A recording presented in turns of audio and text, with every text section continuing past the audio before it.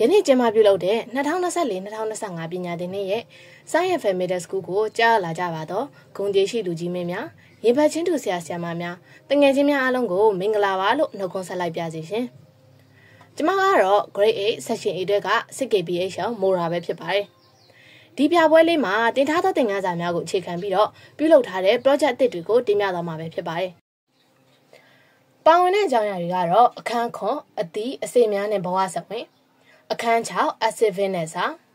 အခန်းကအလုံးအားနဲ့ဖျားတို့ပဲဖြစ်ပါတယ်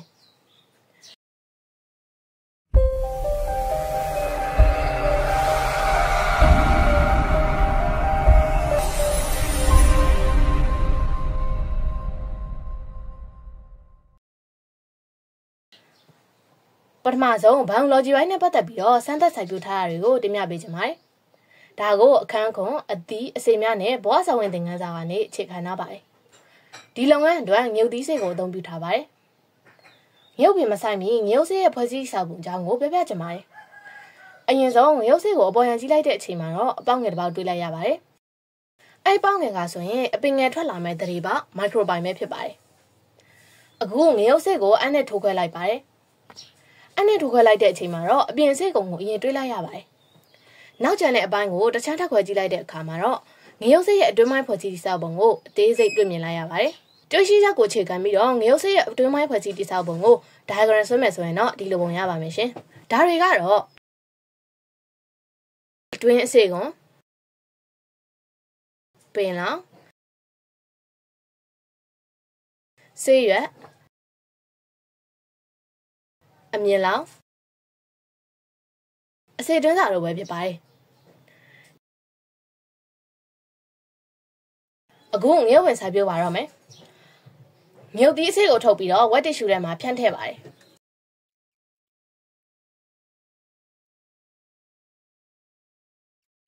လေးလုံးအိတ်ထည့်ပါတယ်ပြီးတော့နေအောင်ကြည့်ရရှိတဲ့နေရာမှာထားလိုက်ပါတယ်9ရက်ကြာမှာတော့အညောင်းတွေထွက်လာတာကိုတွေ့ရမှာပါအညောင်းထွက်လာတဲ့ငရုတ်စစ်လေးတွေကိုအိုးထဲထည့်ဆိုင်ပါတယ်3ရက်ကြာမှာတော့အခုမြင်ရတဲ့အတိုင်းအပင်လေးတွေကိုမြေပေါ်မှာတွေ့မြင်ရပါတယ်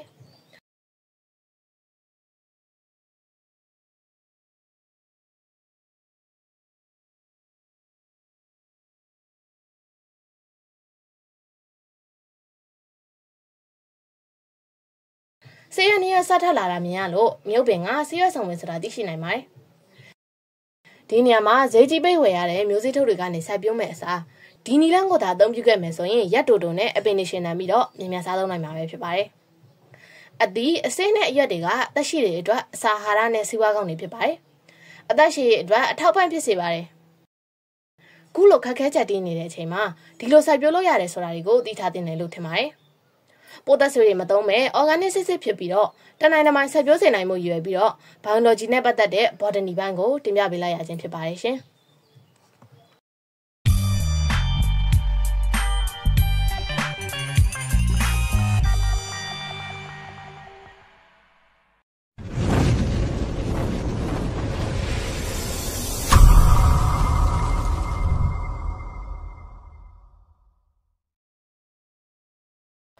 အခုအခန်း6 acid ဗေးနဲ့စားသင်ခန်းစာကိုအခြေခံပြီးတော့ဖန်တီးမှုတစ်ခုကိုပြောသွားမှာဖြစ်ပါတယ်ဒီဖန်တီးမှုအတွက်အေကာလီဖြစ်တဲ့ဘေးဆော့နဲ့ရှားတောင်းလက်ပတ် acid ဖြစ်တဲ့အာလူစံမုံတို့ကိုအဓိကအသုံးပြုထားပါတယ်ပထမဆုံးရေသုံးသက်ဆေးပြီးနေလန်းထားလို့6သွေ့နေတဲ့ဆန်လေးစုံကိုအမုံဖျောင်လုပ်ပါတယ်ဆန်သားနုနုလေးတွေရကျင်လို့စကားနဲ့ခါချပါတယ်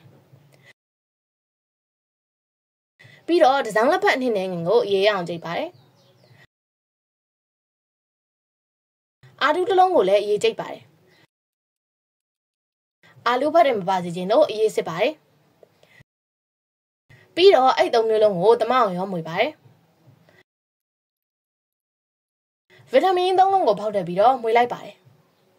ပြီးတာနဲ့စပွက်နေတဲ့ယူနိုထဲမှာအဓိကကျတဲ့ဘေးဆော့300 gram ကိုစတီးစလုံးနဲ့ထည့်ပြီးတော့အေးပြောင်းကြိုလိုက်ပါတယ်စတီးစလုံးငင်အောင်အောက်ခံခူတာလို့လည်းရပါတယ်ဒီနေရာမှာဒန်အိုးတွေတန်အိုးတွေကိုသာအသုံးပြုမယ်ဆိုရင်တော့ဓာတ်ပြုခြင်းတွေဖြစ်ပေါ်ပြီးတော့အယောင်ပြောင်းသွားနိုင်ပါတယ်နော်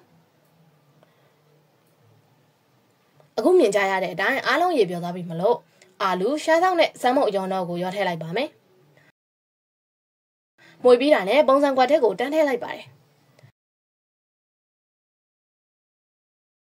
3 နာရီခံပြီးတဲ့နောက်မှာတော့ထုတ်ပိုးဖို့အသင့်နေထားဖြစ်တဲ့အတွက်ရပ်ပါနဲ့လေးလုံအောင်ထုတ်လိုက်ပါပြီ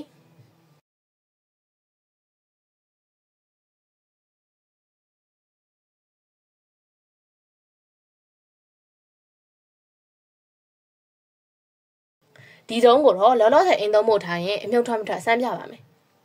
အမြုပ်ထွက်တာကိုအားလုံးမြင်တွေ့ကြရမှာဖြစ်ပါတယ်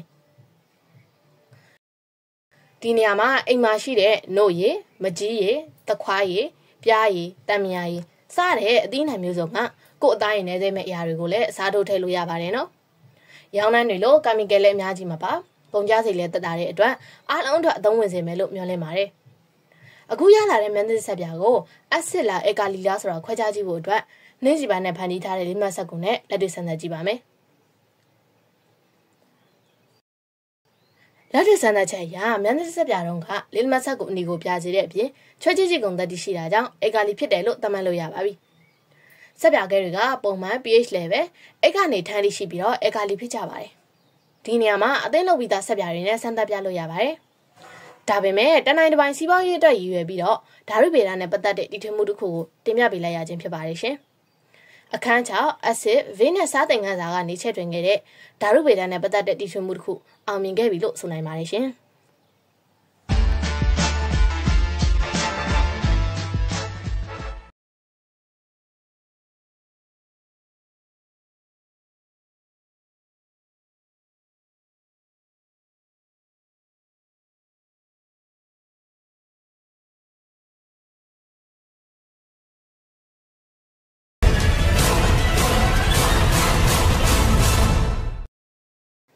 အခုယူပဗေဒဘာသာရဲ့အတွက်အခန်းကအလုံးအားနဲ့ဖိအားသင်ခန်းစာကိုအခြေခံပြီးတော့လျှက်စစ်မလို့တဲ့အလင်းစွမ်းအင်ကိုဖော်ထုတ်တင်ပြသွားမှာပဲဖြစ်ပါတယ်။အဓိကအသုံးပြုထားတဲ့ပစ္စည်းတွေကတော့ AC motor, PVC pipe, အသုံးမပြုတော့တဲ့ပိုးသက်ဆေးဘူး၊ဒလတ်နဲ့တူးတို့ပဲဖြစ်ပါတယ်။ပထမဆုံးဆေးကြောထားတဲ့ပိုးသက်ဆေးဘူးထိပ်ဝက်ကိုဖြတ်လိုက်ပါတယ်။ဒလတ်လေဖို့အတွက်အဝမှာဒေသချောင်းကပ်ပြီးတော့အပေါက်ဖောက်လိုက်ပါတယ်။ပြီးတော့ပိုင်းမှာတက်ပြီးမြန်ကော်နက်ကပ်လိုက်ပါတယ်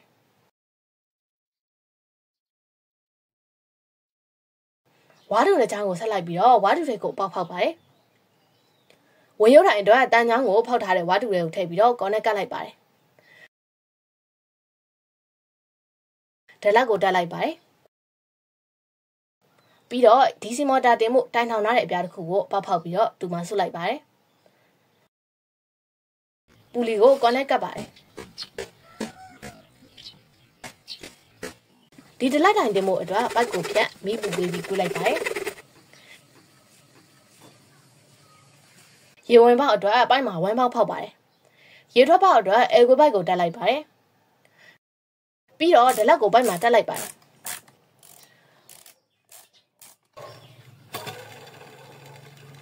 မော်တာမှာတက်ဖို့အတွက်ဆေးပလေးနှစ်ခုရဲ့အပုံကိုပူလီပုံစံပြုလုပ်လိုက်ပါတယ်ပြီးတော့မော်တာမှာတက်ပြီးကော်နက်ကတ်လိုက်ပါတယ်ထောင်ထားတဲ့အတိုင်းမှာမော်တာကိုတိတ်နဲ့ကတ်လိုက်ပါတယ်။မော်တာနဲ့ဒလက်တိုင်ကိုသေရွက်နဲ့ဆက်ပါတယ်။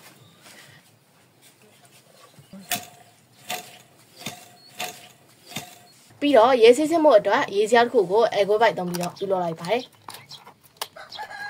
တီထွင်ထားတာတွေအကုန်ပြီးသွားပြီဆိုတော့အမောင်ငန်းထဲမှာဒလက်တိုင်ကိုလက်နဲ့လှည့်ပြီးတော့မီးလင်းမလင်းအရင်ဆန်းကြည့်လိုက်ပါမယ်။မြင်တွေ့ရတဲ့အတိုင်းမီးလင်းသွားပြီဆိုတော့ရေအားနဲ့လှည့်ဖို့ channel ဆင်းပြီးတော့စမ်းသပ်ကြည့်ပါမယ်။တီထွင်ထားတဲ့ပစ္စည်းတွေကိုတိုင်မှာခက်ခိုင်ချီလိုက်ပါတယ်။ရေစရောက်တက်လိုက်ပါတယ်။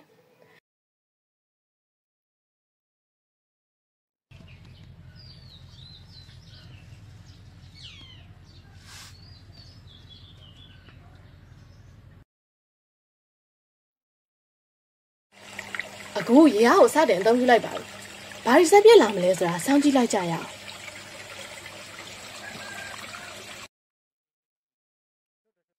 ယူပဗေဒသဘောတရားအရ PVC ပိုက်ထဲမှာတက်ဆင်ထားတဲ့ဒလက်ပေါ်ကိုရေအားတက်ရောက်လိုက်တဲ့အခါမှာဒလက်ယူသွားပြီးတော့မီးလင်းလာတာတွေ့ရပါတယ်။အလုံးညီများချင်းအားမြောက်ရွဆိုတာအခန်းကားသင်ခန်းစာမှာသင်ငယ်ပြီးပြီဖြစ်ပါတယ်။အားနဲ့ရွေကအလုံးနဲ့ဓာတ်ရိုက်ချိုးတူပါတယ်။ဒါကြောင့်ရေရဲ့တက်ရောက်မှုအားများလေလေပန်ကာဒလက်ရွေများလေလေမော်တာရဲ့အလုံးလုံးလိုင်းစွမ်းလည်းများလေလေဖြစ်တာကိုအားလုံးမြင်ကြရမှာပဲဖြစ်ပါတယ်။ရေရဲ့အချိန်လုံးများလေလေပါများလေလေဖြစ်ပြီးတော့ဝါပမာဏများတဲ့မီးသီးတွေကိုလည်းလျှက်စစ်မလို့ပဲမီးလင်းနိုင်မှာပဲဖြစ်ပါတယ်ရှင်။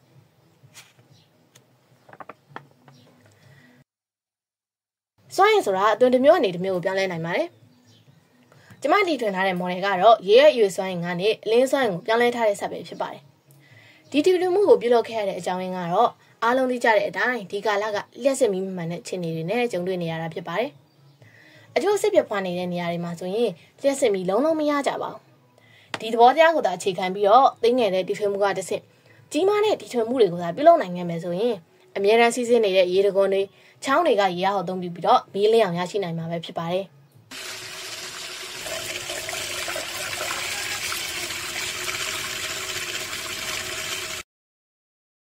ကျမတို့ရဲ့နေ့စဉ်ရှင်သန်မှုတွေကပတ်ဖိုင်နာဆိုတဲ့ကျောင်းကြီးရဲ့အရေးအောက်မှာအသေးပဲရှိစွာဖြတ်တန်းခဲ့ရပါတယ်။ Grade 8သင်ခန်းစာကတဆင့်ဖန်တီးလှုပ်ဆောင်မှုတွေကအောင်မြင်ခဲ့တဲ့အတွက်ကိုယုံကြည်မှုပိုလာပါတယ်။ကျမတို့ရဲ့စိတ်ကူးဉာဏ်အသစ်တွေကိုဖော်ထုတ်ခွင့်ပေးခဲ့တဲ့ပတ်ဖိုင်နာကရုံးဖွဲ့နဲ့ဆရာကြီးဆရာမကြီးများအားလုံးကိုလည်းကျေးဇူးတင်ပါတယ်ရှင်။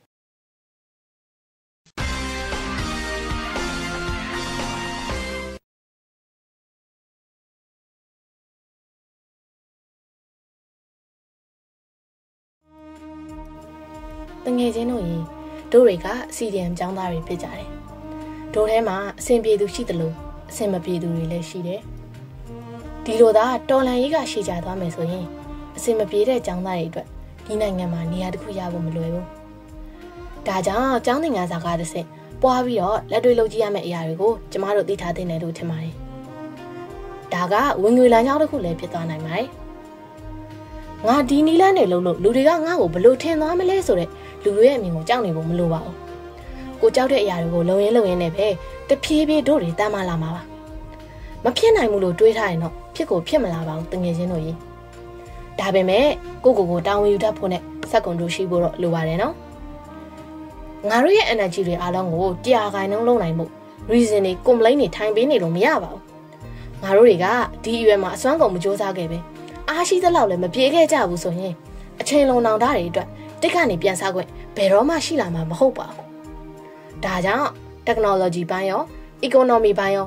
နေရာတိုင်းမှာချက်တွေစမ်းသစ်တတ်ဖို့လိုပါတယ်။တို့တွေရဲ့စမ်းသစ်မှုတွေကမိဘတွေကိုကုန်ကြတက်တာစေနိုင်ပါတယ်